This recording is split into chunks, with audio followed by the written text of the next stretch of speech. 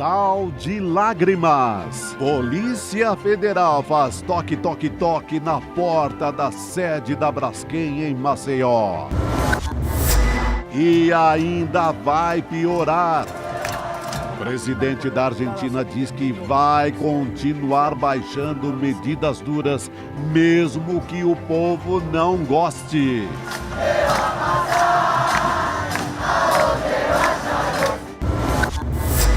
Promessa é dívida.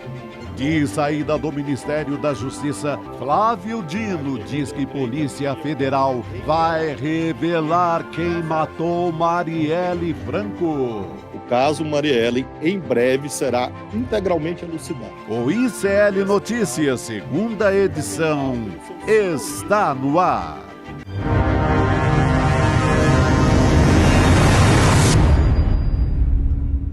Olá, boa noite, seja muito bem-vindo, seja muito bem-vindo. ICL Notícias, segunda edição, está no ar e hoje é quinta-feira, 21 de dezembro de 2023, está chegando o final do ano, minha gente. Boa noite para você que nos assiste nos canais do Instituto Conhecimento Liberta e Eduardo Moreira no YouTube e também no canal Com Brasil, disponível em algumas redes de TV por assinatura. Boa noite, meu querido Chico Pinheiro. Boa noite para você, Gabi, boa noite, comunidade ICL. Tá quase. Graças a Deus, amanhã será sexta-feira e vida que segue. Para alguns já está sextando hoje, né? Tem gente que já está sextando hoje, não vou falar quem é. Eu estou sextando hoje até o ano que vem, vamos ver. Bom demais. Daqui a pouco eu vou também. Descansar um pouquinho, né? Mas ainda tem notícia, tá? A gente descansa lendo notícia, preparando notícias, se informando para passar para você que está aí na comunidade CL. É isso aí. A gente vai começar falando a respeito do nosso governo aqui no Brasil, mas a gente ainda vai falar de Javier Milei, dessas medidas bastante autoritárias, para dizer o mínimo, contra os manifestantes argentinos que em pouco mais de 10 dias já estão se levantando e resistindo contra esse governo. A gente vai falar a respeito também dessa fala de Flávio Dino sobre o caso Marielle. A gente continua querendo saber quem mandou matar Marielle. Parece que essa resposta, segundo o ministro Flávio Dino, vai ser dada em breve. Vamos falar de Brasil também, né, Chico? Vamos falar de Brasil, um pouco desse balanço de fim de ano, né, onde os números são muito favoráveis. Eu falei aqui essa semana, a gente saiu de um pântano de tentativa de impor regime autoritário, de um pântano de falta de conhecimento, de negacionismo da ciência, de tentativa de golpe, de atraso em todos os sentidos. E o Brasil, em um ano, deu uma recuperada forte, inclusive na economia. Ainda não chegou onde precisa chegar, né, que na maior parte dos brasileiros ainda é desprovida de dignidade nas suas vidas, mas o esforço deste país que muda é grande. Então, foram várias conquistas que o país teve. Virou a 9ª maior economia do mundo, né? E Lula brincou dizendo, não sabem o trabalho que dá ter tanta sorte, né? A nota de crédito soberano do Brasil subiu, está aqui, né? Só que os jornais dizem que foi após a reforma tributária. Não, não foi o mercado, meus caros, não. Isso aí é esforço de governo com uma sociedade que acredita, né? Mas foi promulgada, né, uma grande condução do presidente Lula, do ministro Haddad. Em muitos aspectos nós crescemos, nós melhoramos, nós evoluímos, não é? Inclusive na picanha. Gente que nem sonhava mais poder comer carne, né? Tá, vai melhorando, é de leve, é aos poucos, mas vai melhorando. Agora, acho que o mais importante é que o país recupera seu prestígio internacional e começa a demonstrar sua crença nos valores da democracia. Você não viu esse presidente aqui subir em palanque para falar palavrão contra o ministro Supremo, para ameaçar fechar a Suprema Corte, para tentar chamar o seu gado para a arruaça, né? Embora tenham conseguido no dia 8 de janeiro fazer uma grande arruaça, naquele que a ministra Rosa Weber chamou de o dia da infâmia. Mas, olha, a pesquisa da Datafolha diz que 74% dos brasileiros preferem a democracia. Quer dizer, 3/4 preferem a democracia. Tem 7, 8% que acham que uma ditadura seria melhor. Mas esses são os idiotas de sempre, os imbecis de sempre, né? 7 a 8%. Agora, o que eu fico aqui me perguntando é o seguinte, Datafolha diz, 74% preferem a democracia, mas quem são esses 74%? Né? O que é que eles chamam de democracia? 30%, segundo a pesquisa da Quest, acreditam que houve fraude na eleição. Ora, se 30% acreditam que houve fraude, eles não acreditam que a gente vive a democracia. Tem gente que até hoje prefere bater continência para pneu, né? Fazer essas coisas, falar com disco voador, essas coisas grotescas, ridículas e até engraçadas que a gente viu antes da eleição do ano passado, né? Mas é porque a esse povo, olha esse aqui, ali é o disco voador, né? Tinha um aí de botinha vermelha que estava marchando ali, que é patético, né? E é esses, aí, olha só, coitado, né? A gente não sabe se ele fumou, se ele cheirou, se ele é doido, sei lá o que é isso, né? Fanático, olha aí. E esses caras tentando, né, com suas bandeiras. Esses dias tinha um deputado, né? Tinha um deputado xingando o senador Hamilton Mourão, dizendo que ele tinha que ser mais bolsonarista e tratar mal o ministro Flávio Dino, embrulhado na bandeira do Brasil. É uma coisa assim inacreditável. A esse pessoal falta, primeiro, estudo, falta conhecimento da história, falta leitura, né? Falta abrir a cabeça e abrir os olhos para enxergar a realidade, né? Falta abertura, conhecimento liberta, é o nome do ICL, né? Então a gente deseja que o ano novo traga luzes para esse pessoal, né? Que abra as cabeças, mas não é desse jeito não, gente, não é para falar com ET. Abra a cabeça de vocês para vocês entenderem o que é importante. Olha aí, olha só isto. Quer dizer, é difícil você ter uma reconciliação no Brasil, né, um extirpar do ódio reinante, como é que você vai dialogar com a pessoa que faz isso? Né? Ou com aqueles senadores que protagonizaram cenas ridículas, vergonhosas, né, na Câmara Alta desse país, gente como Magno Malta, Jorge Seife, Eduardo Girão, Marcos Duval, Marcos Rogério, né? Esses caras que deram aquele vexame na sabatina do ministro Flávio Dino, fazendo perguntas completamente fora de contexto, perguntas que derivam de desinformação, derivam de pensamento fanático, né? Você olha e fala, não é possível que isso é senador da República. Ou como deputados que ontem, né, receberam o presidente da República. O presidente da República não é exatamente aquele Lula de quem vocês não gostam. Ele é uma instituição, existe uma liturgia para isso. E quando ele vai ao parlamento, quando ele vai ao Congresso, você pode gostar ou não gostar, mas tem que receber com decoro, com respeito. Ele representa a maioria da vontade dos brasileiros que o colocou na presidência. Mas aí tinha aquela palhaçada de mau gosto, né? De Nicolas Ferreira, ou será Nicole, eu não sei o que ele prefere ser chamado. Um dia ele botou uma peruca loira e disse que era Nicole, né?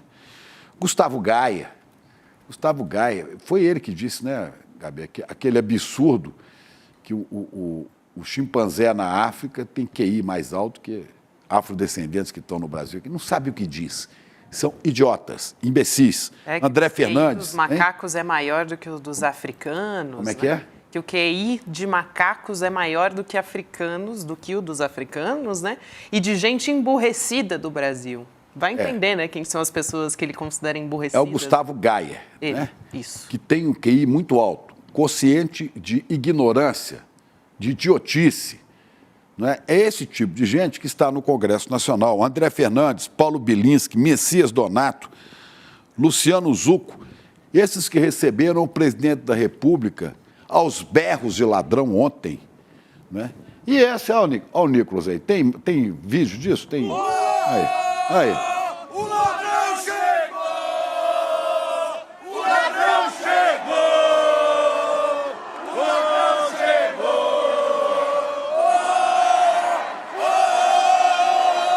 O ladrão chegou! O ladrão chegou! Esses absolutamente despreparados, vergonhosos na representação do povo brasileiro na Câmara Federal, merecem mesmo, né, ir parar no Conselho de Ética e ter os seus mandatos revisados. Não é para isso que você vota e elege essa gangue para ficar lá, berrando, ameaçando. E um deles, esse Messias Donato, que faz parte desse coro, ele estava junto com o Nicolas Ferreira, tomou um tapa na cara do deputado petista Washington Quaquá, que perdeu a compostura ali. Também não aprovamos isso.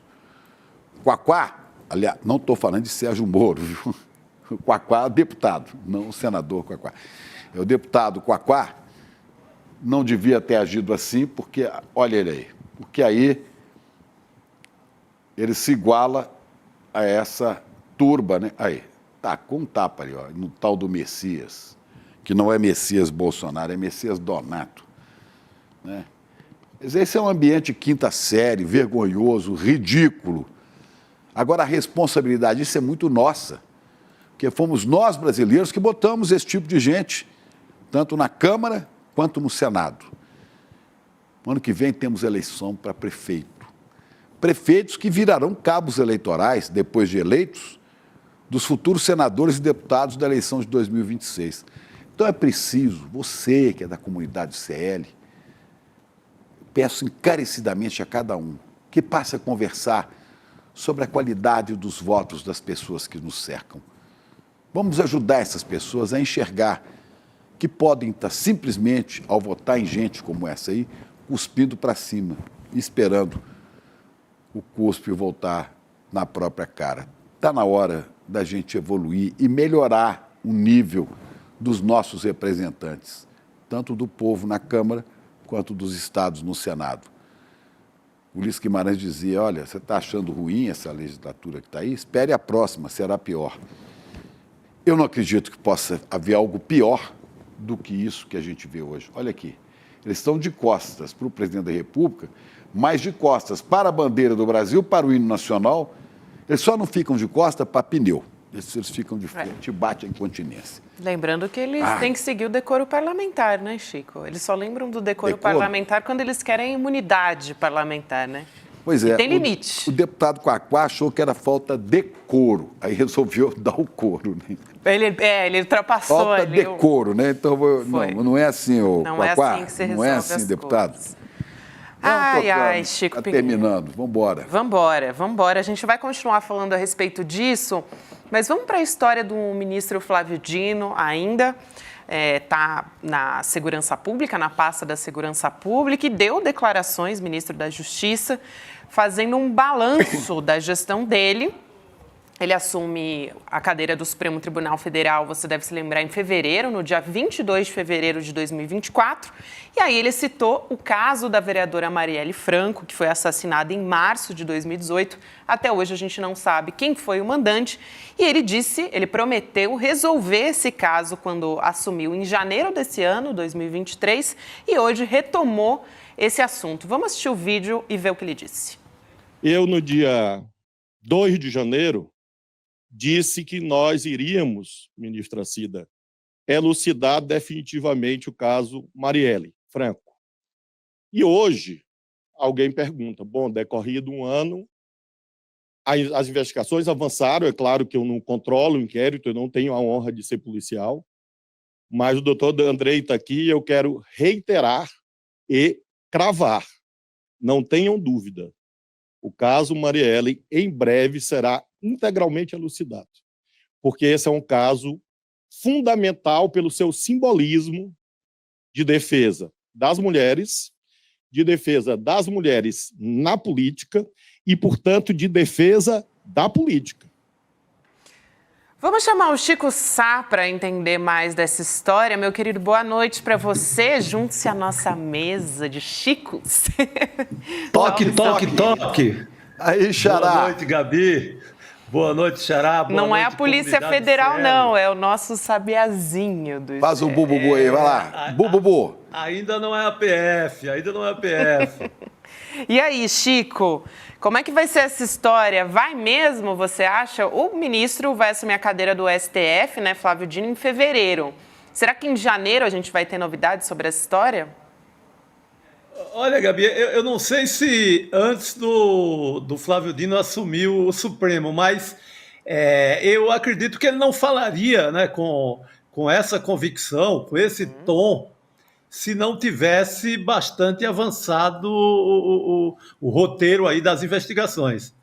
Eu acredito que desde o pronunciamento dele no começo desse ano, quando falou do caso, que estava perto de resolver todos os enigmas da história, eu acho que ali já tinha algo com substância, e eu acredito que será resolvido, porque, meu Deus do céu, será que o Rio de Janeiro, que não produz nada perfeito, criou o crime perfeito?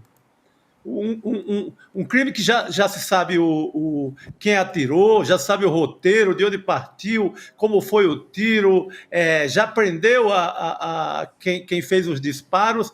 E será que esse mandante é tão poderoso que a gente não vai chegar nele em algum momento? Então, eu me resta como cidadão, como jornalista, aqui com vocês, dividir com a comunidade essa esperança, porque esse caso, deixar impune esse mandante, faz muito mal para o país. É uma prova que vale a pena esse tipo de crime. Então, vamos acreditar que terá solução. Pois é, desde que o ministro assumiu, Dino, ele disse, né, que era objetivo dele, era principal desvendar o caso Marielle, né, que aconteceu já há 5 anos. Né? Foi há 5 anos, né? Sim.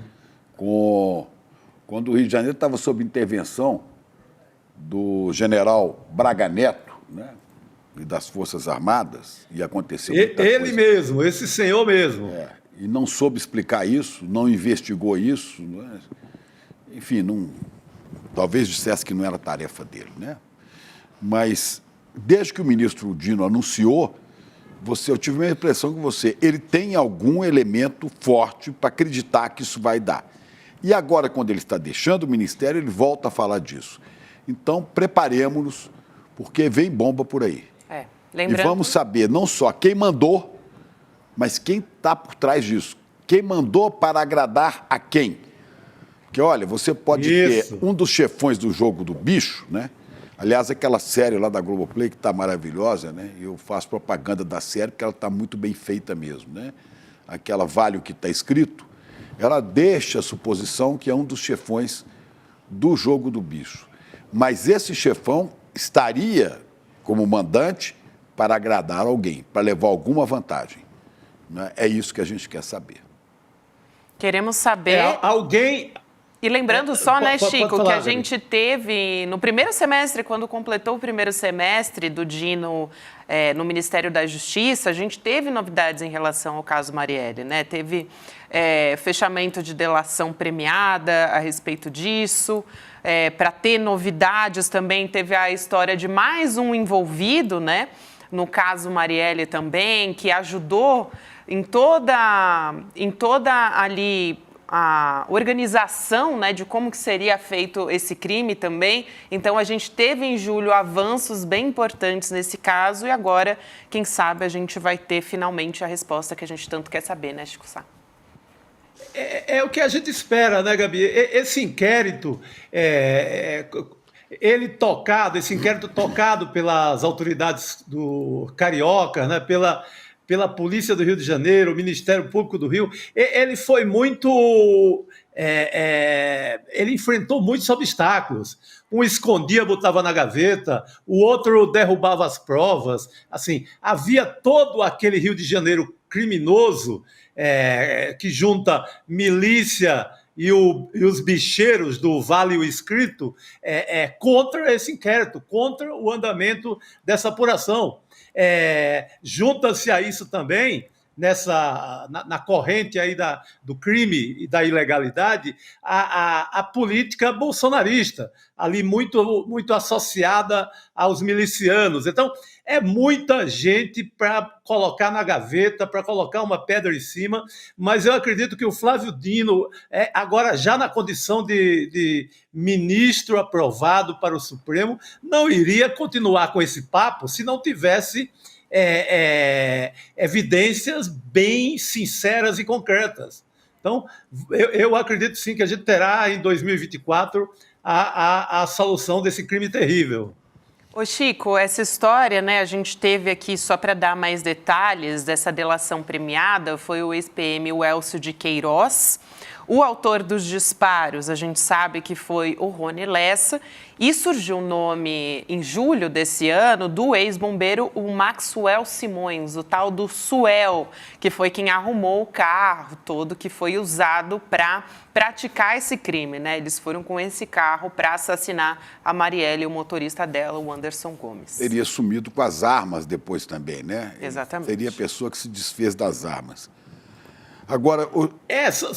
Diga, são muitos personagens já, não é? A gente tem o filme, o roteiro ali quase completo, acho que falta muito pouco. E eu não acredito que a cidade que produz tantos crimes em séries, que vive numa ilegalidade sem tamanho, ao ponto do irmão do governador ser pego com a casa cheia de dinheiro, o próprio governador, o governador que andava com a mochila cheia de dinheiro. Então, é um rio de tantas ilegalidades que eu não acredito que essa organização criminosa seja capaz de esconder por mais um ano que seja o mandante desse crime.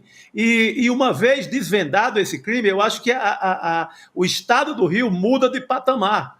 Eu acho que melhora bastante um bocado de coisa, sinaliza para a possibilidade de ser um Estado de novo que possa conviver com a legalidade, que possa retomar os sinais de civilização. Esse crime...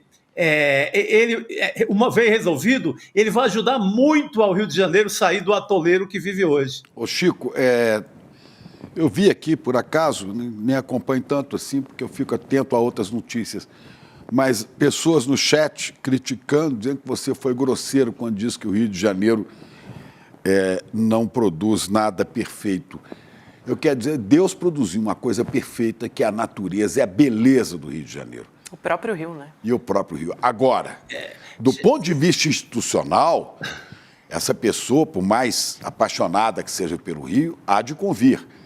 O Rio de Janeiro tem, desde que... A última coisa política, que você fala assim, de governo que o Rio de Janeiro produziu, foi há muito tempo. Você teve 6 governadores envolvidos com questões policiais e na justiça, 5 presos. E está em vias de ir mais um, né? Está em vias de mais um. Claro. Você tem milícia... mais um a caminho. Milícia e narcotráfico, às vezes fundidas, presentes na estrutura do Estado. Você tem uma deputada que foi afastada semana passada por ligação com o miliciano. Miliciano que cobrava nas comunidades, nas favelas, pelo gás, pelo gatunete, enfim, por segurança, né? E que hoje dominam obras na zona oeste da cidade. A prefeitura não pode fazer um prédio porque o miliciano chega e embarga a obra, né? E o governador canta. Exatamente. O governador canta, né? Vai cantar e outro puleiro, porque isso aqui, o Rio de Janeiro, institucionalmente, o Rio de Janeiro gerou, vamos pensar, gerou Bolsonaro e sua família, que não é nada bom para a democracia. O Rio de Janeiro gerou Pazuello, que foi eleito lá agora, e outra, né, Eduardo Cunha. Enfim, é uma quantidade tremenda de retrocessos, né? E a cidade dominada, em grande parte, não toda, por milícia, por narcotraficantes, muitas, eu não estou dizendo de todas, mas muitas igrejas, ou pseudo-igrejas neopentecostais, que manipulam a fé e a boa-fé das pessoas e usam isso para fazer dinheiro, usam isso para garantir votação em seus candidatos fascistas. Quer dizer, é isso que você vê no Rio de Janeiro. E a gente gostaria demais que o Rio fosse compatível com a beleza que lá está e com um povo maravilhoso que faz o samba, né? Que faz cultura neste país. Mas eu acho que você não foi grosseiro, você foi realista. Obrigado pela observação, mas é mais do que evidente que eu estava tratando do crime da Marielle, é mais do que evidente que eu morei muito tempo no Rio de Janeiro, que eu amo o Rio, que eu amo o Rio de Machado de Assis, eu amo o Rio do Cartola, o Rio de tanta gente maravilhosa, da Benedita da Silva e por aí vai, da Dona Zica, da Clara Nunes, de 1 milhão de pessoas. É evidente da voz das comunidades, né? Da voz do Renê Silva e seu povo das comunidades, né? Do Renê, maravilhoso, e de tanta gente incrível do Rio de Janeiro.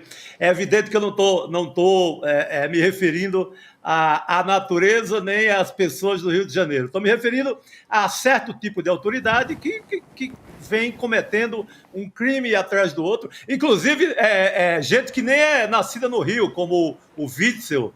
E como o próprio Cláudio Castro também não é carioca da gema. Então, eu não estou me referindo ao lugar no sentido de ser o lugar que produz o crime. Estou me referindo a autoridades seguidas, e as prisões e os casos mostram que tem cometido um crime atrás do outro, né, Chico?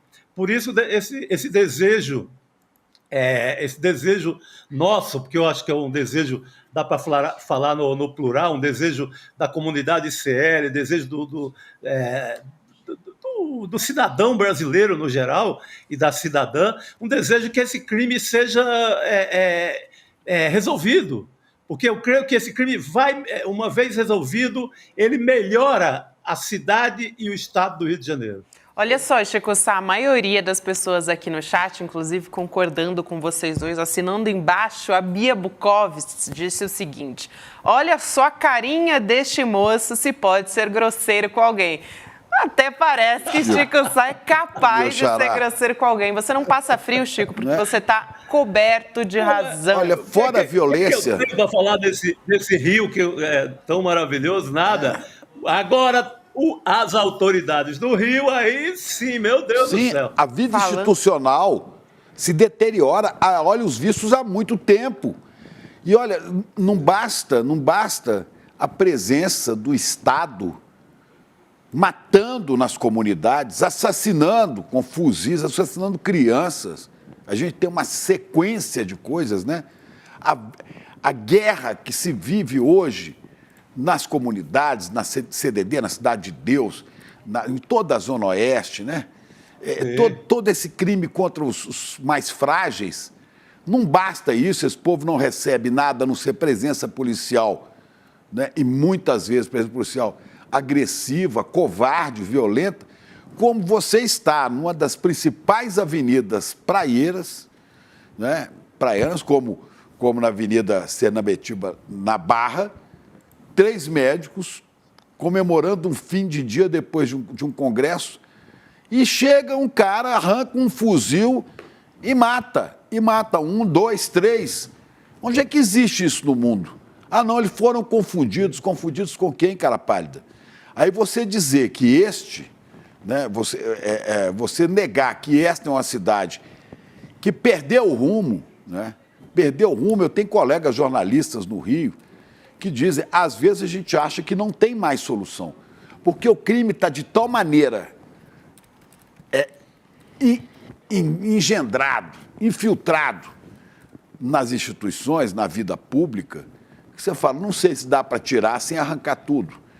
É um grande trabalho de reconstrução do Rio, e passa forçosamente pela eleição para prefeito, porque elegeram Rosinha, Garotinho, Cabral, Witzel, esse Cláudio Castro, e se bobear, velho, vão eleger outra coisa estranha daqui a... Aí fica difícil, viu, Xará? Falando em... Aí dá ruim, aí falando fica difícil. Em gente estranha, né? Em personalidades políticas aí, duvidosas, vamos falar um pouco de Brasília também, porque o PT vai entrar no Conselho de Ética da Câmara com um pedido de cassação contra Nicolas Ferreira e mais 5 deputados bolsonaristas por quebra de decoro parlamentar. São eles, vamos lá, Gustavo Gayer, do PL, André Fernandes, do PL, Paulo Bilinski, também do PL, Luciano Zucco, do Republicanos, e o Messias Donato, do Republicanos, aquele que foi na tribuna chorar. Depois a gente fala a respeito disso. Olha só, o PT está alegando que esses deputados xingaram o presidente Lula dentro do Congresso Nacional. Isso aconteceu ontem, durante a promulgação da reforma tributária. Na verdade, o Nicolas Ferreira, ele chegou a gravar um vídeo dele mesmo. Vamos assistir. O ladrão chegou!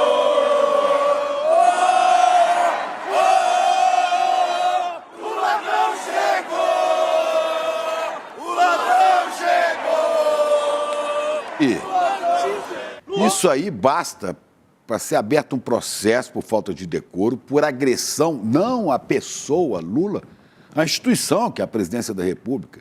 É só abrir quando o que esses decoro idiotas vão achar parlamentar que podem e vamos fazer ver que- isso? Esses imbecis acham que podem fazer isso dentro, revestidos de uma capa institucional de representantes do povo. Eles têm que honrar não só o presidente da República, mas como o próprio mandato, né? Mas eu acho que não há braço forte do presidente da Câmara para punir esses, nem para a comissão de ética manda, sabe?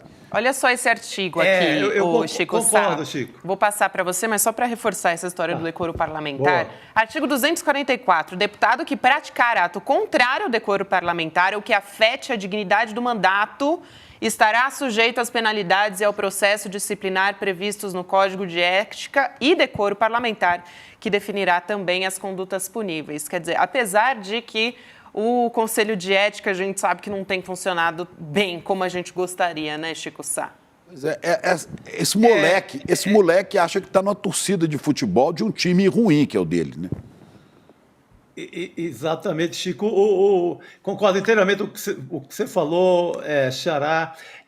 Gabi, você citou na lei, se a lei fosse cumprida, se o regulamento fosse cumprido, esse artigo 244 ele seria suficiente para mandar para casa essa turminha aí não é nem quinta série B, é inclassificável, né? Porque não tem nem capacidade de fazer quinta série B quem comete esse tipo de crime num plenário, num parlamento. Então, são desqualificados sob quaisquer aspecto que a gente avalie essa gente, mas sou pessimista em relação a código de ética no Congresso, porque eu acho que faz aquele... Nunca deu em nada. Esse rapaz aí, que estava à frente do vídeo, Nicolas, deputado por Minas Gerais, ele é reincidente, ele comete isso toda semana. Nada vai acontecer. O PL tem muita força. Eu só acreditaria em alguma condenação, ou pelo menos uma advertência, se o próprio Lula entrasse na história com a força política e com o pedido dele em relação direto ao Lira. Mas eu não acredito sequer que o Lula vá gastar sua força com esse pleito. Então, simplesmente é uma conversa ali na véspera da ceia de Natal. Começa a nova legislatura 2024, nada vai acontecer, infelizmente. Chico Sá, e foi depois dessa história, na verdade, no meio dessa história toda, desse vídeo que a gente assistiu, o deplorável, foi a partir daí que começou aquela confusão no plenário com o deputado Washington Quaquá, né, que é do PT, ele que deu um tapa no deputado Messias Donato, do Republicanos. E hoje o líder do governo na Câmara, o José Guimarães, do PT do Ceará, ele foi na Globo News, deu uma entrevista, e aí ele deu um puxão de orelha no Quaquá. Em entrevista, ele disse o seguinte: quando eu entro naquele plenário, ali não é um terreiro de briga de galo, não. Ali não pode ser esse tipo de coisa, né? Ele querendo dizer ali que não pode acontecer esse tipo de coisa. E aí eu falei que o Donato chorou na tribuna ao falar do tapa, ele disse que se sentiu humilhado. A gente também tem esse vídeo, esse que a gente está assistindo agora é o do tapa, e aí na sequência ele foi ao plenário e chorou e disse que estava se sentindo humilhado. Messias Donato. Isso aí. Para as ruas do nosso Brasil.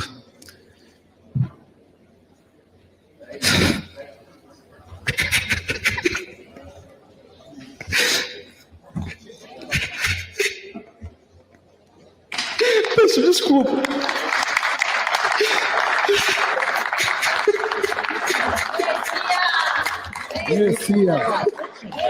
Ô Chico, essas lágrimas de crocodilo não me comovem, porque esse era um dos moleques que estavam desonrando o seu mandato. Ele e esses outros energúmenos que o aplaudiram. Né? Nicolas Ferreira, Gaia, André Fernandes, Paulo Bilinski, Messias, Donato aí, Chorão, né? E o Luciano Zucco. Pareceu, Chico, pareceu aquele choro de aqueles caras que o Malafaia contrata, ou que o R.R. Soares contrata, ou o Valdomiro, para chorar nas igrejas, sabe? Para arrancar mais o dízimo explorando a fé popular, explorando a boa fé da população, sabe? Pareceu um daqueles circos. Atitude óbvio de que moleque, o Quaquá Chico. não... Ele e o Quaquá, dos dois, atitude de moleques. Claro. O Quaquá não é de hoje. Ele tem ele praticou algumas coisas dentro do próprio PT que são coisas completamente reprováveis. Assim, ele não poderia, por conta do crime dessa turminha aí, entrar também no jogo e ir para a famosa via de fato, sabe? Também tá errado da mesma forma. Exatamente, Chico, mas eu fico pensando... O próprio Quaquá, Gabi, você lembra que ele votou pela não cassação do Nicolas. Bem lembrado, bem lembrado. Ele votou pelo Nicolas, então se igualou, entrou na mesma turma. Eu tenho ouvido lá no Rio... Defendeu esses caras, agora vem reagir assim? Olha, eu tenho ouvido lá no Rio, né? Mas o Quaquá está fazendo, ou fez, né? Porque era prefeito, uma boa administração em Maricá. Pode até ser, pode ter feito, isso não vamos discutir. Mas a presença dele no parlamento tem sido lamentável, deplorável. Que é bobagem atrás de bobagem, ao ponto disso aí. Né? Quer dizer, até isso a gente vê. Mas é um bando de moleques que não honram e não dignificam o mandato que receberam. Bando de moleques, molecoides.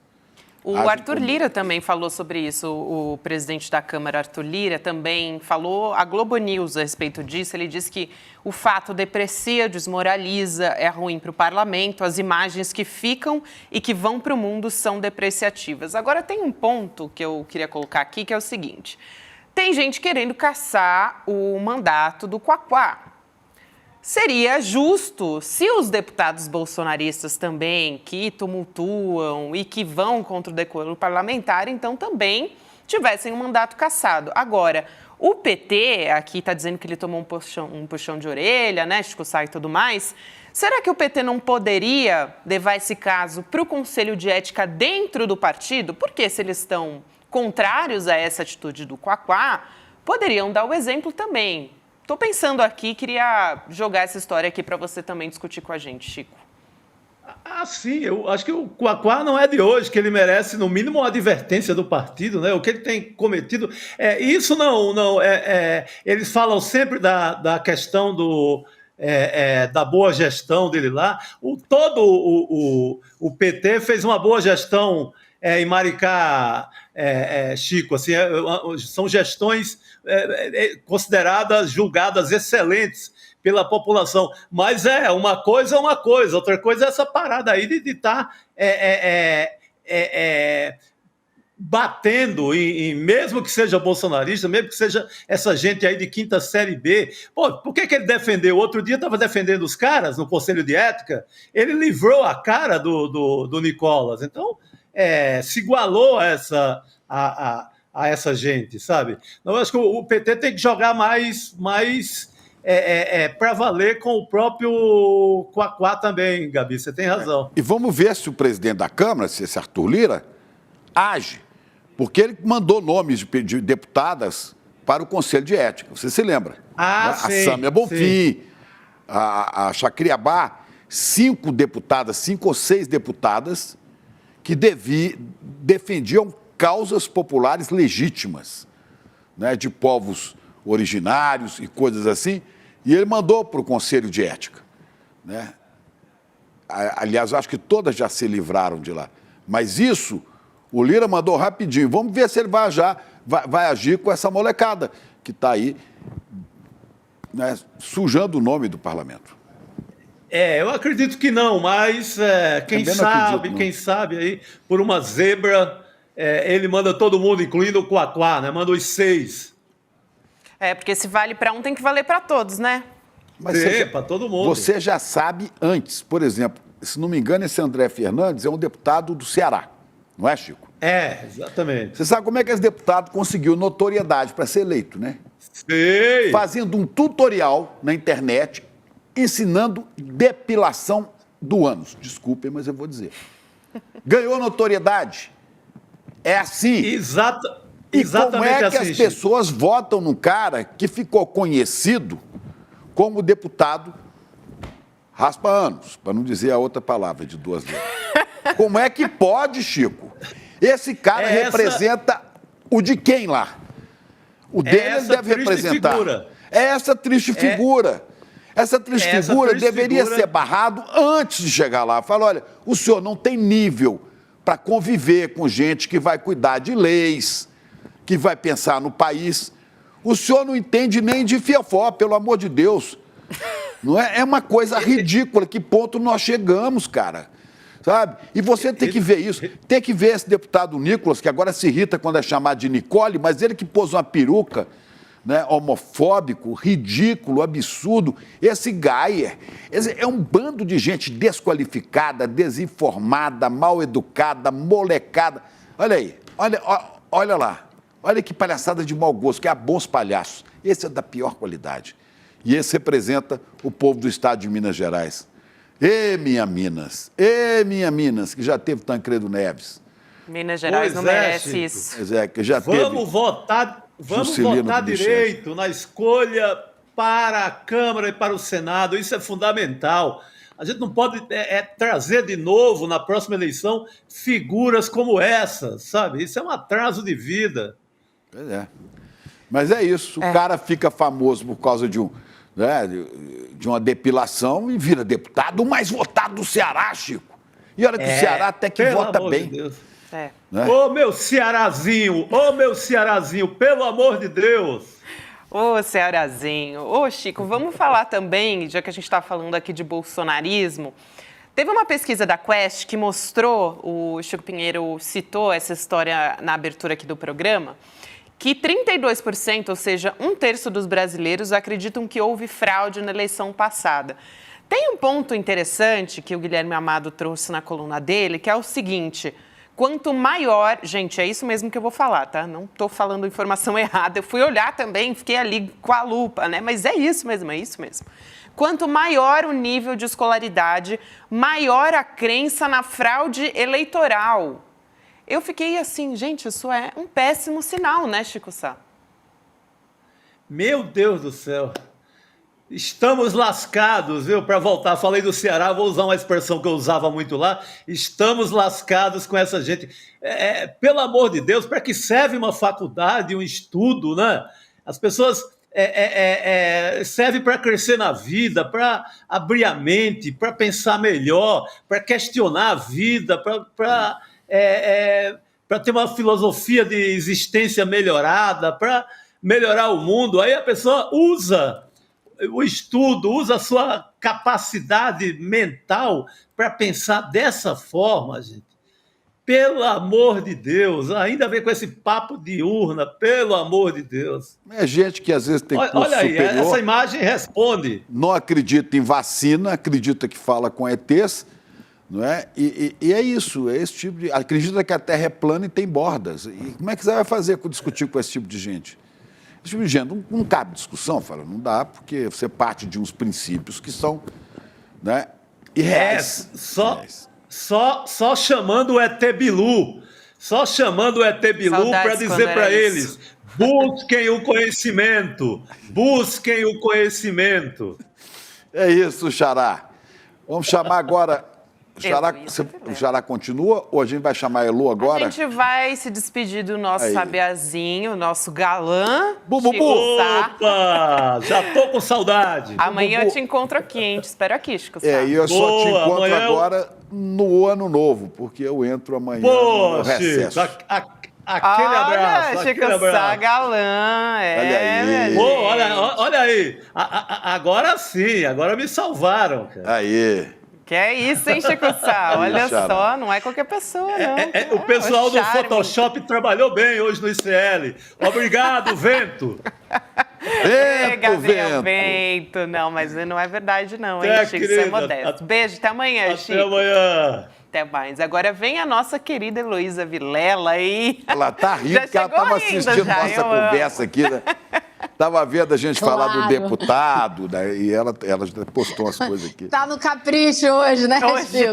Tu tá no capricho hoje. Vai fazer o quê, né? Vai sair de recesso amanhã, você já tá, né, aproveitando. Tá certo, tá certo. Já tá derrubando a gente ao vivo. É isso aí, Elo. É isso aí. Vamos falar da Operação Braskem, Elo? Essa história de hoje, importante, PF deflagrou hoje essa operação contra a Braskem numa investigação sobre o afundamento dos bairros que foi causado pela mineração da empresa lá em Maceió. Foram apreendidos o quê? Documentos e aparelhos eletrônicos. Ao todo, 14 mandados de busca e apreensão em Maceió, Rio de Janeiro e em Aracaju. E a Camila Bonfim, do G1, jornalista, diz que foram alvos um diretor industrial, um gerente de produção e 2 responsáveis técnicos também. O nome dessa operação é muito bom, né, Lu? Chama Sal de Lágrimas, referência a Salgema, as minas de Salgema da empresa que estão justamente correndo esse risco de colapso. Você acha, Lu, que essa operação veio tarde? Eu acho que veio tarde, mas antes tarde do que mais tarde, né? Pois é, essa operação veio muito, muito tarde para a população de Maceió, então nem se fala, se a gente acha que demorou, imagina eles, né? Existe um inquérito da Polícia Federal há 5 anos e só agora resultou nesse mandado de busca e apreensão. Muita gente lá em Maceió me disse hoje o seguinte: e se eles já tiverem destruído os principais documentos que provam o que eles fizeram ou não fizeram e deveriam ter feito? Bom, sim, pois é. Mas sabe o que eu acho? Existem tantos estudos científicos e tantas provas que vai ser muito difícil se a Polícia Federal e o Ministério Público Federal quiserem comprovar esse crime ambiental e o crime contra a população de Maceió, vai ser difícil não provar. Agora, a grande questão para muita gente lá na cidade e o Ministério Público Federal, que é quem tem que acatar o resultado dessa investigação e apresentar a causa para a Justiça, vai agir? Porque até aqui o Ministério Público Federal tem assinado embaixo desses acordos espúrios que a gente já expôs aqui no ICL. Acordos que, por exemplo, como o que foi fechado no começo do ano, dão uma indenização de 1 bilhão e 700 para a Prefeitura de Maceió, mas entregam de mão beijada de presente para a Braskem todas as ruas, as praças, os logradouros, toda a área que ela destruiu.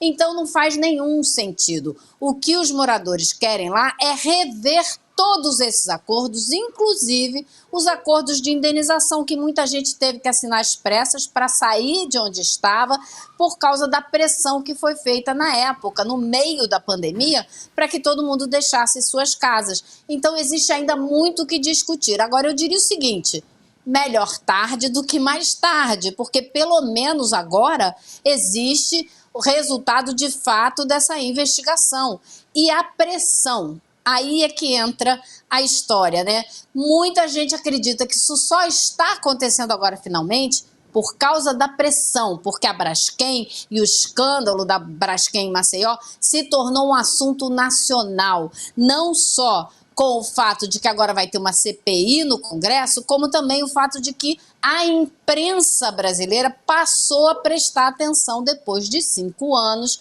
nessa tragédia. Então os olhos se voltaram para lá, né? Então essa pressão vai ter que continuar para que o processo não pare nessa batida de hoje e nem chegue na mão do MPF e pare, né? E não continue adiante essa ação. Elô, e tem mais uma coisa. Isso vem acontecendo há muito tempo, como você disse. A Braskem, inclusive, sabia da tragédia que ela estava preparando, né? Agora, várias e várias autoridades que estiveram lá no governo do Estado, na prefeitura, várias, né, poderiam ser incriminadas por omissão, por terem participado disso que está acontecendo agora, por omissão, por saber e ficar quieto, por não terem agido. Agora, isso é uma coisa que dificilmente o Ministério Público vai investigar, né? Vai chegar a alguma conclusão.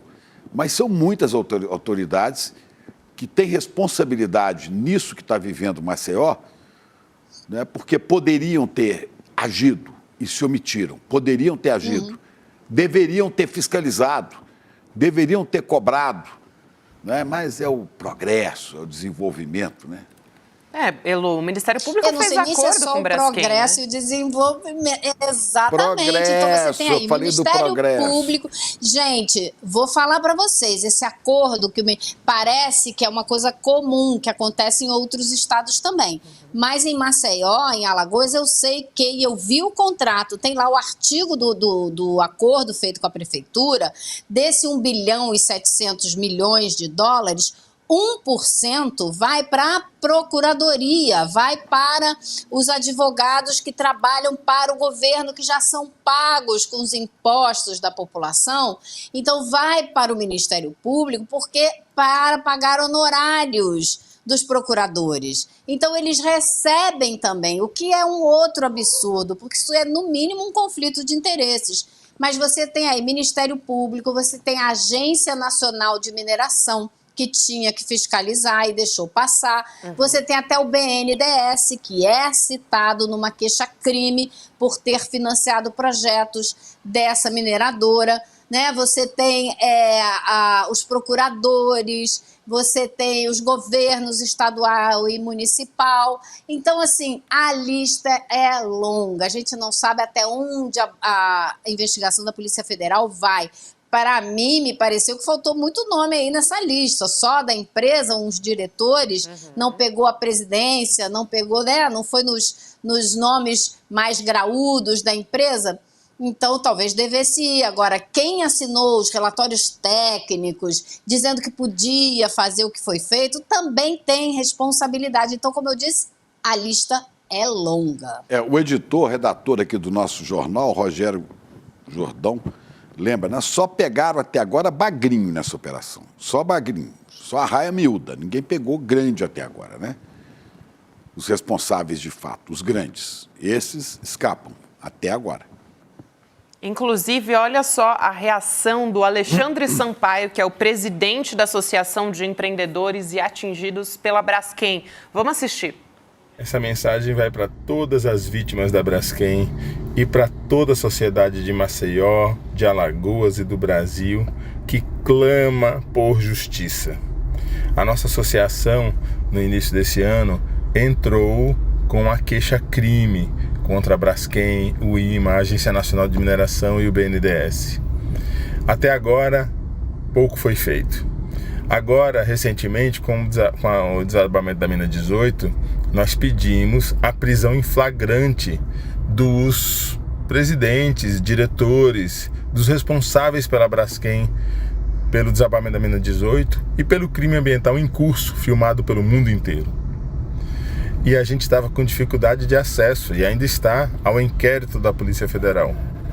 Mas a gente comemora hoje a busca e apreensão na fábrica da Braskem em Maceió, em Sergipe, no Rio de Janeiro, e que isso seja o início da lavagem de roupa suja que ninguém aguenta mais no estado de Alagoas. Então a nossa comemoração e a nossa cobrança, porque foi a Associação dos Empreendedores que mexeu nessa panela aí. Esse é o presidente dessa associação, o Alexandre Sampaio, que a gente acabou de assistir. Elô, só para complementar aqui, tem uma nota da Braskem, né, informando que acompanhou essa operação da Polícia Federal e diz que está à disposição das autoridades, como sempre atuou. Todas as informações serão prestadas no transcorrer do processo. Braskem se pronunciando por meio de nota, como fez desde o início, né, Elô? Exatamente. Então, eu acho que ela não tem escolha, né? Quando a Polícia Federal bate na sua porta, você não escolhe entregar os documentos. Os documentos são levados contra a sua vontade ou não. Né? Então, tudo bem, eles soltarem a nota, deixa soltar a nota, tudo certinho, bonitinho, mas vai ter que esclarecer o que fez, como fez, por que fez. É isso que interessa. E a gente viu como cresceu essa atividade criminosa da Braskem nos últimos 5 anos. Olha como estava o Brasil. E como cresceu nesses últimos 5 anos toda essa atividade mineradora criminosa, né, que nos deu de presente Brumadinho e Mariana, né, com a Vale, a Samarco e tal. Na Amazônia, a mineração e o garimpo destruindo, Minas Gerais destruída, né, e vários outros episódios pelo país afora, que cresceram nos últimos 5 anos. Estão destruindo a natureza, destruindo tudo, sob proteção. Né? Nos últimos 5 anos, sob proteção de um governo que não se preocupava com isso. E Minas ainda está sob proteção de um governador que favorece as mineradoras. E sabemos que Minas está perdendo. No caso da Braskem, para ser justo, né, a gente tem que voltar aí mais de 40 anos.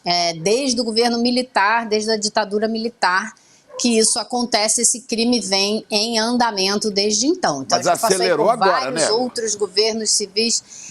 Olha, Chico, não exatamente, porque o terremoto que aconteceu foi há 5 anos. Então, dos últimos 5 anos, não houve mais, essas minas foram abandonadas. Algumas foram complementadas com areia, algumas com água pressurizada, que não estão resolvendo muito o caso, porque elas continuam desabando.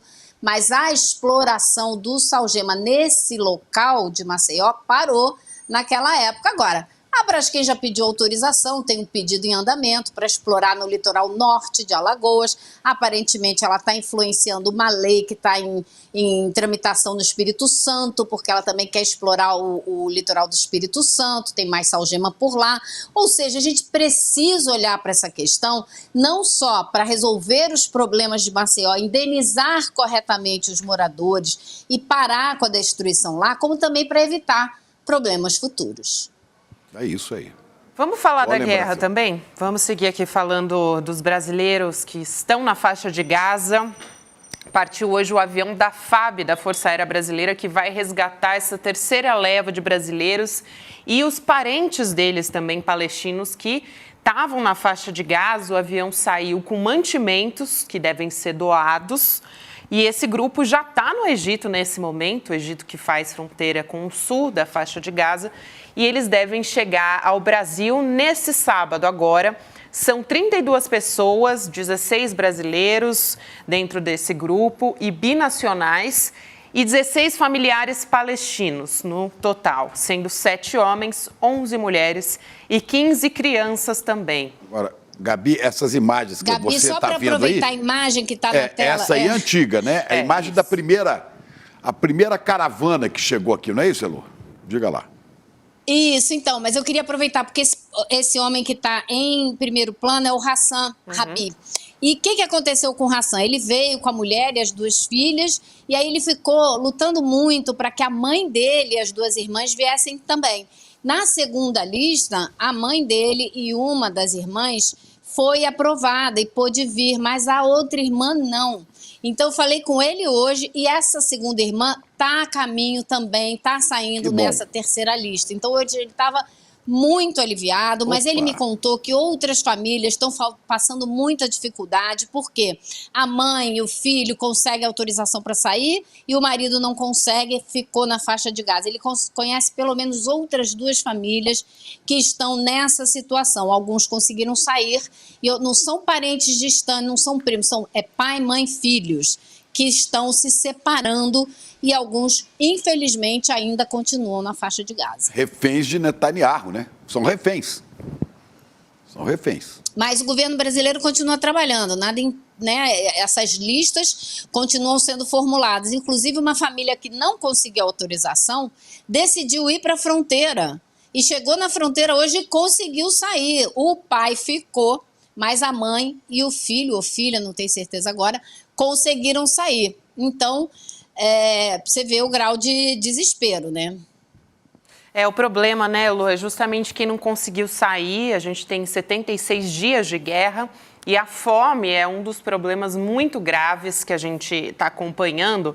Houve um alerta da Organização Mundial da Saúde, ela fez pelo Twitter, a organização, eu vou ler aqui para vocês, a gente está vendo agora, a fome está devastando a guerra. A gente tem, na verdade, um outro trecho aqui que eu tenho mais completo, mas está dizendo o seguinte: novas estimativas divulgadas hoje, a parceria da classificação integrada da fase de segurança alimentar, que inclui a OMS, diz que Gaza enfrenta níveis catastróficos de insegurança alimentar, com risco de fome aumentando a cada dia. Um número sem precedentes, 93% da população de Gaza enfrenta níveis críticos de fome, com alimentos insuficientes e elevados níveis de desnutrição. Quer dizer, é uma situação gravíssima do ponto de vista dos direitos humanos, né, Elô? Teve também uma denúncia da própria ONU do assassinato pelo exército de Israel de 11 homens desarmados na frente das famílias deles, gente. Em Gaza isso aconteceu também. Esse é o comunicado que foi divulgado. Exatamente, por isso que o Escritório de Direitos Humanos da ONU pediu uma investigação. E a Al Jazeera conversou com várias pessoas que estavam no local, testemunhas, que contaram que os soldados do exército israelense chegaram nesse bairro da cidade de Gaza, separaram os homens das mulheres e crianças, homens todos na faixa de 20 e poucos a 30 anos, pelo menos 11 foram executados na frente das famílias. A Organização Mundial da Saúde já vinha denunciando que pessoas em Gaza estão morrendo com tiros na cabeça, ou seja, sinais de execução. E agora a ONU fez essa denúncia e quer a apuração desses fatos. Métodos nazistoides. Nazistoides. Era assim que os soldados de Adolf Hitler, é desta forma que tratavam os judeus. É isso que nós estamos vendo agora. Sob o comando de Netanyahu, que é nazistoide. Nazistoide quer dizer age à moda nazista. Age da mesma maneira que a humanidade reprovou a ação contra o povo judeu na Segunda Guerra Mundial. É uma tristeza infinita, né? O Chico, você com certeza lembra daquelas imagens também que correram o mundo de algumas execuções promovidas pelo Estado Islâmico, né? O grupo terrorista super condenado pelos Estados Unidos e tal, que o governo de Israel comparou com o Hamas no começo dessa operação militar do governo de Netanyahu. Só que a gente olha agora, a gente vê a semelhança entre o Estado Islâmico e o governo de Netanyahu nas ações que está promovendo lá na faixa de Gaza, e não entre o Hamas e o Estado Islâmico, né? Então houve uma inversão completa do que eles diziam ser o papel de um Estado supostamente democrático como o Estado de Israel, que está agindo da maneira inacreditavelmente desumana e sem o menor constrangimento, porque não é colocado contra a parede pelas potências que podem barrá-lo. Olha essas imagens. Essa é imagem de campo de concentração nazista. Olha, uma carnificina. Agora você imagina, com a mídia ocidental que segue, né, os interesses dos Estados Unidos e de Israel. Estou falando da mídia do Ocidente como um todo, né? TVs dos Estados Unidos, do Brasil, que seguem segundo a visão que tem Estados Unidos e Israel. Você imagina, se o pessoal do Hamas estivesse fazendo 1/10 do que os soldados de Netanyahu estão fazendo, essas imagens já tinham explodido no mundo inteiro. Teriam explodido, né? Mas essas aí, ó, isso aí... Com certeza. Isso aí, quem tem mostrado somos nós aqui e as redes sociais, né? As redes digitais. Com certeza teria explodido, Chico. E é uma coisa, assim, absolutamente inacreditável que ainda não tenham provocado o fim desse conflito, né? E ele continua. Agora, se você tem o governo americano, como aconteceu nessa semana, o Jake Sullivan, que é o assessor de segurança nacional, foi a Israel e disse: nós estamos pressionando para que eles reduzam o impacto sobre as vítimas civis. Como que até janeiro isso vai mudar? Até janeiro, quantos mais já morreram? Já morreram 20 mil até agora, sabe? Então não dá para esperar um dia nem meia hora. É agora que isso tem que acabar. Se quisesse mesmo, já teria terminado, né, Lu? Vamos falar a verdade. Agora, a fome que a gente citou aqui, que a maioria, assim, esmagadora dos palestinos estão passando fome em situação de segurança alimentar grave, é uma arma de guerra também, né, Lu? Com certeza, e mais, porque eles avisam que você juntar a fome com algumas doenças, você potencializa o risco de morte das pessoas, porque o organismo já está mais fraco, você pega uma criança de 10 anos sem se alimentar direito, pega uma diarreia, porque está super sujeita, já tem mais de 100 mil casos de diarreia lá na faixa de Gaza, e você morre, porque o seu organismo não está preparado para enfrentar mais nada. Então, essa combinação, diz a Organização Mundial de Saúde, é letal. Letal você combinar a fome com algumas doenças que estão já circulando na faixa de Gaza. Elô, muito obrigada por hoje, querida. Amanhã você não vai estar aqui com a gente, né? Você já vai descansar. Não, amanhã eu vou de manhã só. Ah, então tá bom. Bom fim de ano para você, Elô. Até 2024, se Deus quiser. Te vejo no ano que vem. Beijo, querida. Até. Tchau, pessoal. Maravilhosa. Agora a gente vai conversar com o Nassif aqui, a gente vai falar sobre a Argentina. A gente falou dos hermanos um pouquinho já, né? Ele anunciou um mega decreto de corte de gastos e privatizações. Hoje o novo presidente da Argentina, Javier Milei, disse que isso foi só o começo. Ele falou, essa foi uma afirmação que ele deu para a rádio Rivadavia.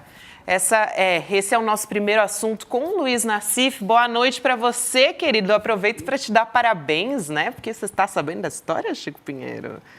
Do Luiz Nassif. O jornal GGN foi o veículo escolhido para receber o título de destaque econômico do ano de 2023. Então, eu já vou dar parabéns, né? Parabéns. Boa noite, Luiz Nassif. Boa noite, seu Chico. Estamos na luta aí. Estamos na luta. Muito Mas bom, Nassif. A Argentina, o que o Milei está fazendo, ele sabe que não vai durar muito tempo.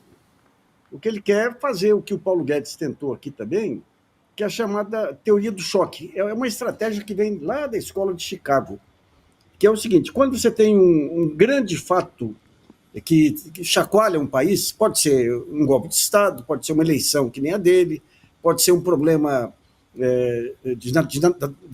que nem aquele Katrina, aquele furacão Katrina, você tem uma desorganização dos instrumentos de defesa do país ou da região. Então, nesse momento, você entra com tudo, e o que ele está propondo é um suicídio para a Argentina, né? Pois é, isso não é possível dentro da democracia, né, Nassif? Não é possível o cara conseguir fazer isso. E nem a população assistir, né, e de braço cruzado o que está acontecendo. Eu acho que não dura um ano. Não sei sobre isso. Não tem jeito, viu, Chico? Hoje ele ainda fez a provocação. O pessoal saiu na rua ontem, lotou as ruas, Buenos Aires principalmente. Nassif, ele falou, não, isso é só olha só o começo, que ele disse, já que você citou essa história, né? Ele disse que é só o começo e tal. Ele disse o seguinte: aviso que vem mais. Em breve vocês vão ficar sabendo. Vamos convocar sessões extraordinárias e enviar um projeto de lei para modificação do Estado. Gente, olha só isso, é mais uma ameaça, do Estado, Javier então, a Milei. implantar uma ditadura Exatamente. com todo o nome, né? Como a vice dele propôs. A vice dele falou: o autoritarismo, um governo autoritário é necessário. Falou antes da eleição, né? Se você vê qual que é a semelhança entre mercado, Paulo Guedes, milícia e Bolsonaro, é que eles são a favor da desregulação total. Porque a regulação, as regulações são formas de defesa do Estado, defesa dos vulneráveis, ou defesa da formalidade. Então, por que o Bolsonaro, a ultradireita americana, é contra o Estado? Porque as milícias dependem de não ter regulação para a construção de imóveis, de poder ter gato aí nas linhas de televisão, e o mercado é a mesma coisa.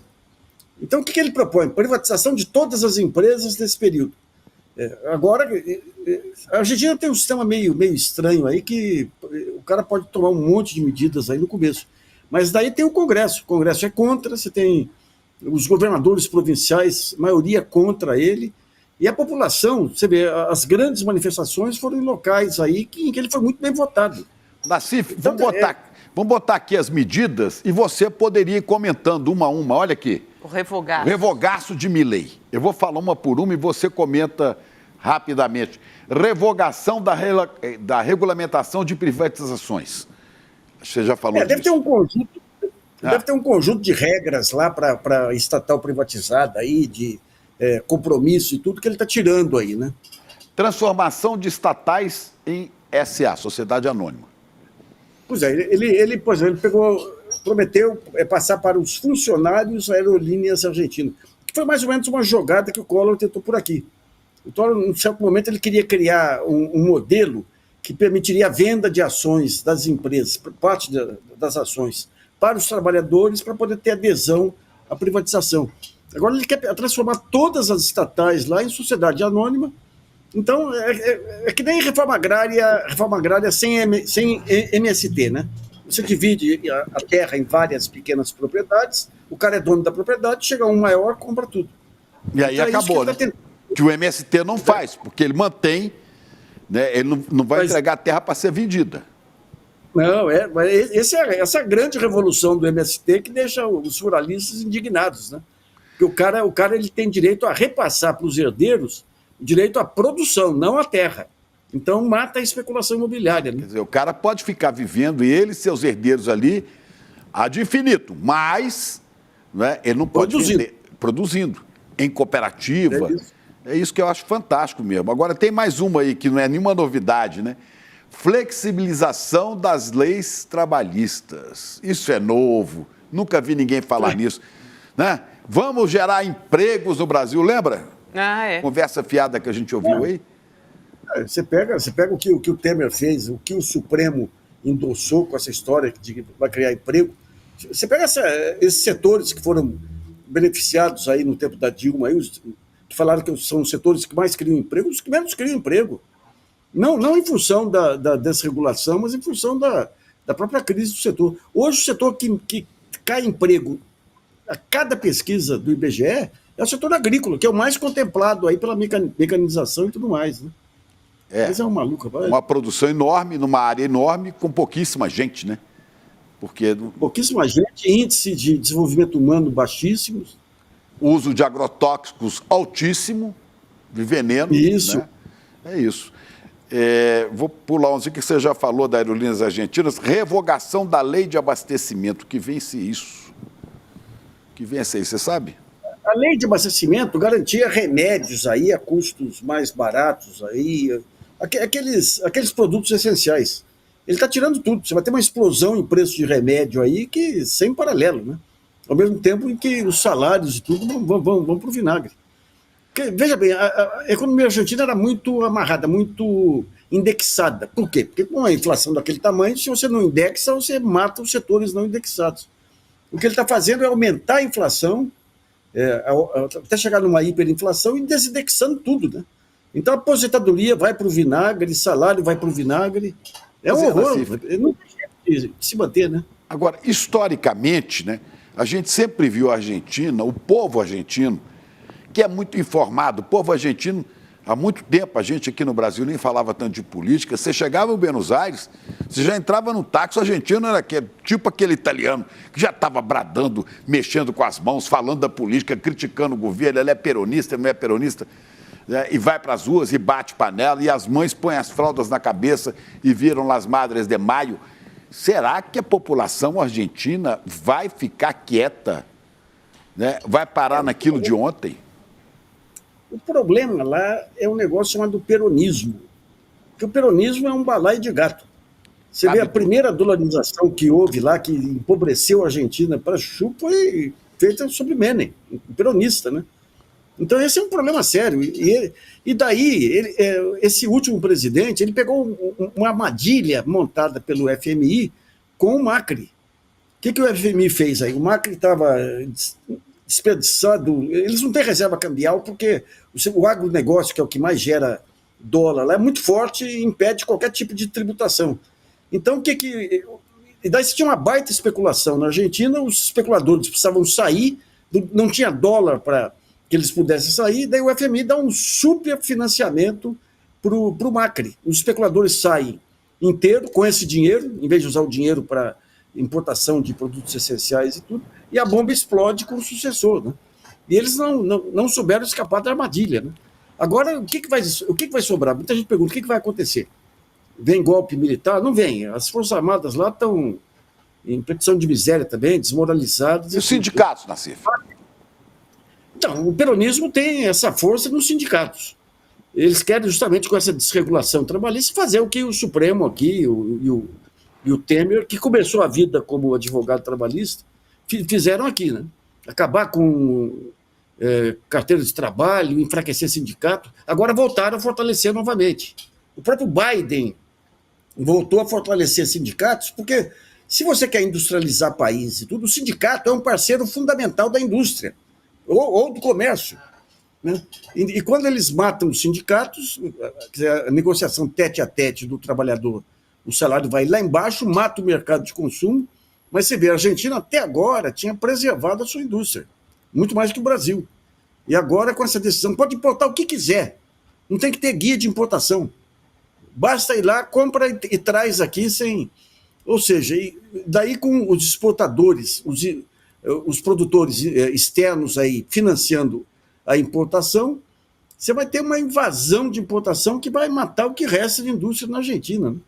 Eu nunca vi um negócio tão maluco assim num país com a dimensão da Argentina. Se falasse em Costa Rica, falasse naquelas republiquetas lá da América Central, mas não, um país com a dimensão da Argentina. Né? É muito louco. Não vai durar, mas a questão é avaliar quanto que ele vai poder estragar a Argentina. Até sair, né? Até sair, né? Foi mais ou menos o que o Paulo Guedes, o Temer, Paulo Guedes fizeram aqui. É negócio. É política de negócios. Por que o Abílio Diniz aqui começou a aplaudir o Milei? Porque abre um baita espaço aí para o capital financeiro ir lá adquirir estatais argentinas a preço de banana. É maluco mesmo. Né? E você vê, por outro lado, um caso interessante aí que a Rússia, os Estados Unidos ordenou que todas as empresas americanas saíssem da Rússia. A Rússia fez uma manobra no câmbio lá que elas tiveram que vender os ativos a preço baratíssimo e a Rússia está se reindustrializando em parceria com a Índia. Né? Então é um ponto interessante esse que o Brasil vai ter que encarar esse próximo ano. Nós vamos ter que começar a voltar ao velho modelo de defesa da produção nacional.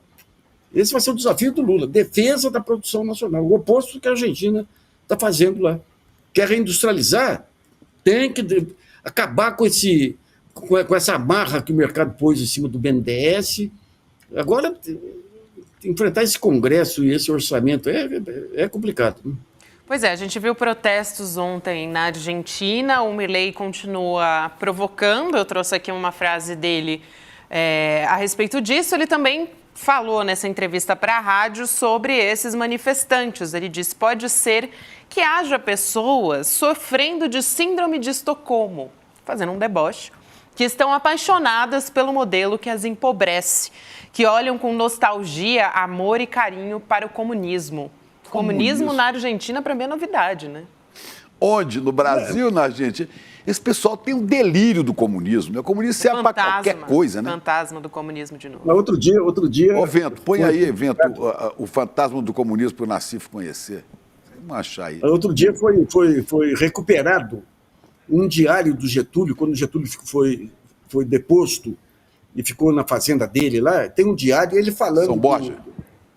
do modelo econômico aí, ele fala assim, ele não falava do mercado, mas essas políticas aí liberais é só para beneficiar o poderoso contra o pobre. E se você faz qualquer coisa para o pobre, eles já começam a falar que é comunismo. Ou seja, é uma jogada, o Brasil não renova nem... Ô, Nassif, mas é interessante. Isso, se não me engano, está no livro do Lira Neto, da biografia de Getúlio, né? Eu acho Talvez esteja lá, mas o que eu estou falando são anotações que ele tinha. De agora. Que a filha do Opus Cepedoc agora, aí, sabe? Mas Agora, você veja, né? Lá em 35, né, fizeram o plano Cohen, lembra? O plano Cohen, foi desenhado por um capitão do Exército Brasileiro, integralista, Mourão Filho. General Mourão, não esse Mourão aí, né? É o Mourão de 64, mas ele era capitão na época e era integralista, né? E ele fez um plano de ataque comunista ao Brasil, entregou esse plano para o ministro da Guerra, na época que se chamava ministro da Guerra, e serviu de pretexto para um caça às bruxas no país. Quer dizer, essa história de comunismo serve a muita coisa aqui há muito tempo, né? E esse negócio de fake news disseminado pela mídia, antes você teve as cartas do Arthur Bernardes lá também que serviram para isso. Então, você tem o Lacerda, que mandou, aliás, ele mandou o Newton Carlos, que era um baita cara, na Argentina para descobrir que o Samuel Weiner era da Bessarabia, não era brasileiro. Era bessarabiano. Escuta, o Newton Carlos, fala o nosso colega, com quem nós trabalhamos, né? O grande Newton Carlos. Olha, Checo, né? Grande Newton. Que descanso. Mas ele cumpriu esse papel. Checo, você precisa saber o que está acontecendo. Era assim que ele falava, né?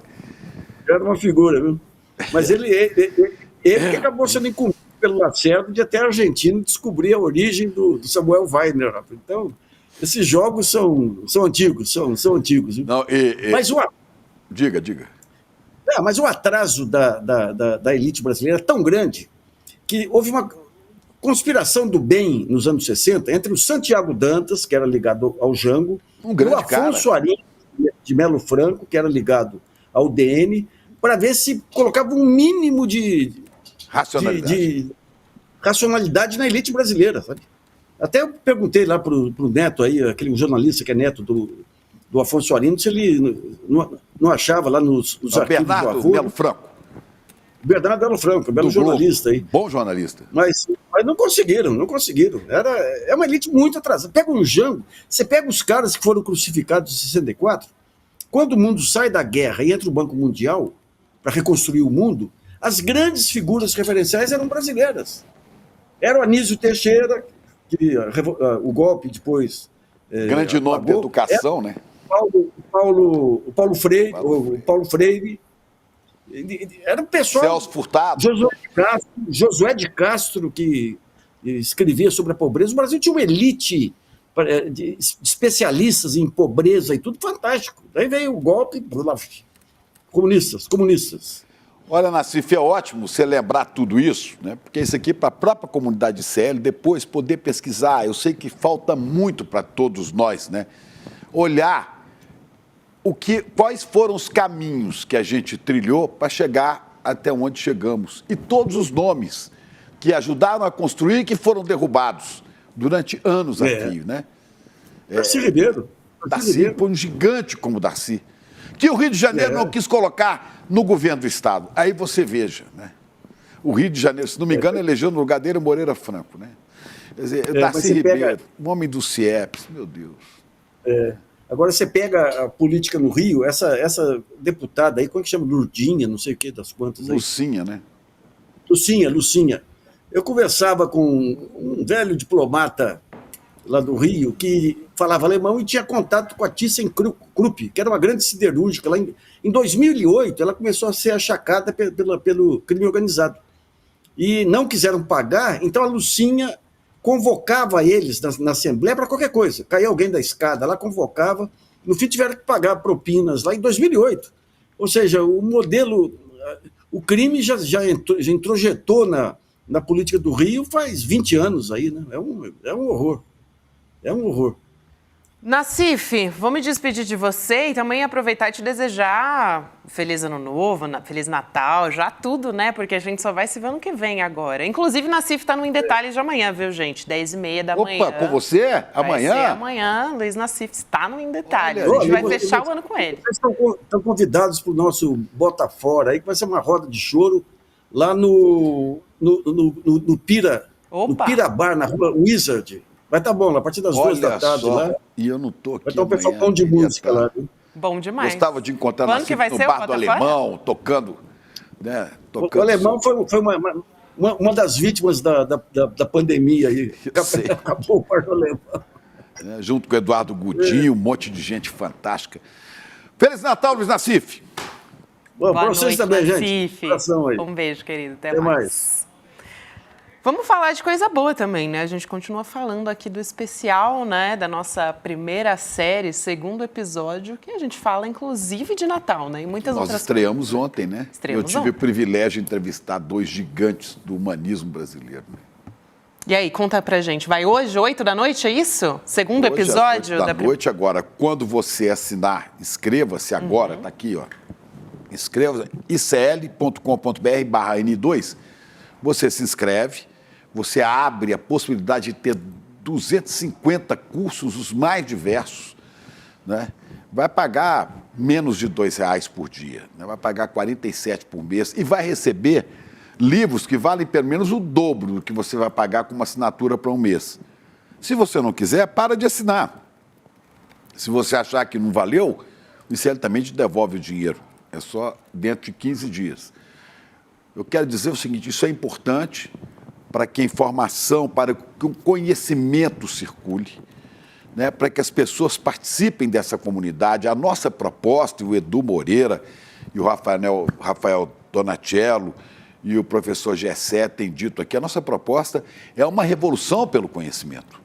Só o conhecimento liberta. Esta frase é de José Martí, mártir, né? José Martí, que foi um mártir da independência de Cuba, lá no final do século XIX. Né? E o Martí dizia para o povo cubano, sob domínio da Espanha, só o conhecimento liberta. Então, nós queremos que o conhecimento chegue a todos os cantos do Brasil, a todos os brasileiros. E a forma do conhecimento que não é manipulado, que não segue interesse de grupos econômicos, né? E conhecimento livre, para você ser senhor da sua história e poder trabalhar com a sua comunidade em busca do bem comum. Então tá aí, inscreva-se, icl.com.br/N2 e vamos ouvir as palavras de fim de ano de Frei Leonardo Boff, que eu continuo chamando de Frei, apesar dele não ser mais sacerdote diário, né? O exercício do sacerdócio, mas é Frei, porque é frade, é frater, é irmão. E Júlio Lancelotti, né? Esse pastor das ruas de São Paulo. O que eu aprendi nisso aí, a emoção que eu tive, o orgulho que eu tive de poder mediar essa conversa, vocês só vão entender se assistirem. E se você assinar agora, você pode assistir o que foi ao ar ontem, não é? O que vai hoje, e vai assistindo até acabar, e depois que acabar os 4 episódios, você vai poder assistir tudo outra vez. E tem teaser também do episódio de hoje. Tem? Vamos ver? Vamos dar uma olhadinha. Vamos lá. Vamos lá.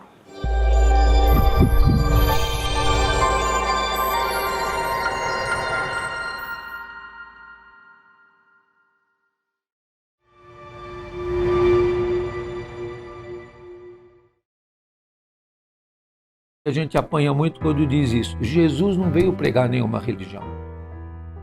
Jesus não pregou, ele nem sabia que existia catolicismo. Nem ele nem sabia disso. Não existia Cristo ainda. Ele propôs humanizar a vida. As famílias brasileiras estão muito divididas. Como é que se reconcilia isso? Como é que faz para rearticular o discurso? O que falta mais no mundo de hoje é sensibilidade, cordialidade, isto é, cor vem de coração. Nós não sentimos o outro como irmão, como irmã. Eu acho que a grande crise não é nem econômica, nem política, nem ideológica. É a crise de sensibilidade, porque nós não sentimos aquele que está do nosso lado como nosso irmão e irmã, como semelhante. Nós não tocamos a pele dele para dizer: você tem a mesma pele que eu como ser humano. Hoje isso está ausente e no lugar disso entra o ódio, entra a rejeição, entra a exclusão.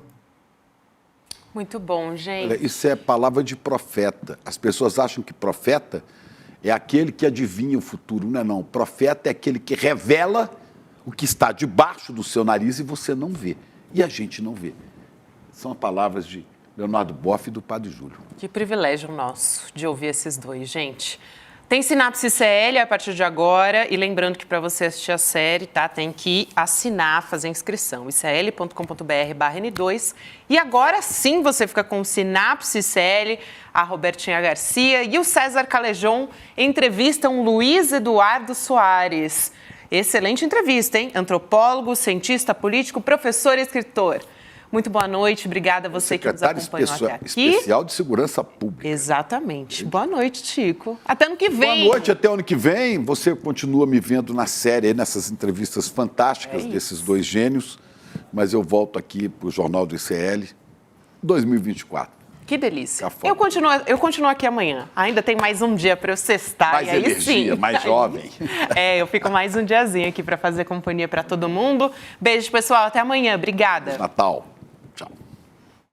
Bom, eu estou aqui ao lado de Leonardo Boff e de Júlio Lancelotti, dois mestres espirituais deste país, um teólogo, um homem da pastoral das ruas da cidade grande, para falar sobre desafios, sobre lutas e esperanças para o povo do nosso país neste fim de ano.